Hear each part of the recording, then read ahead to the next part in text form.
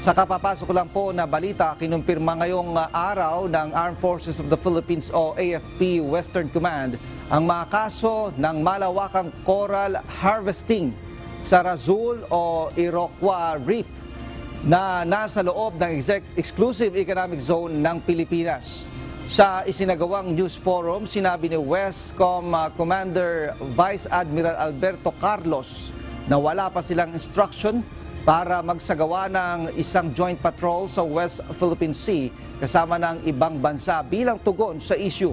Ayon sa opisyal, wala na niyang natira sa corals ng Razul Reef.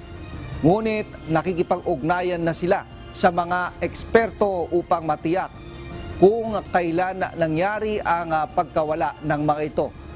Sa naturang lugar din na mataan ang presensya ng maraming Chinese military militia vessels.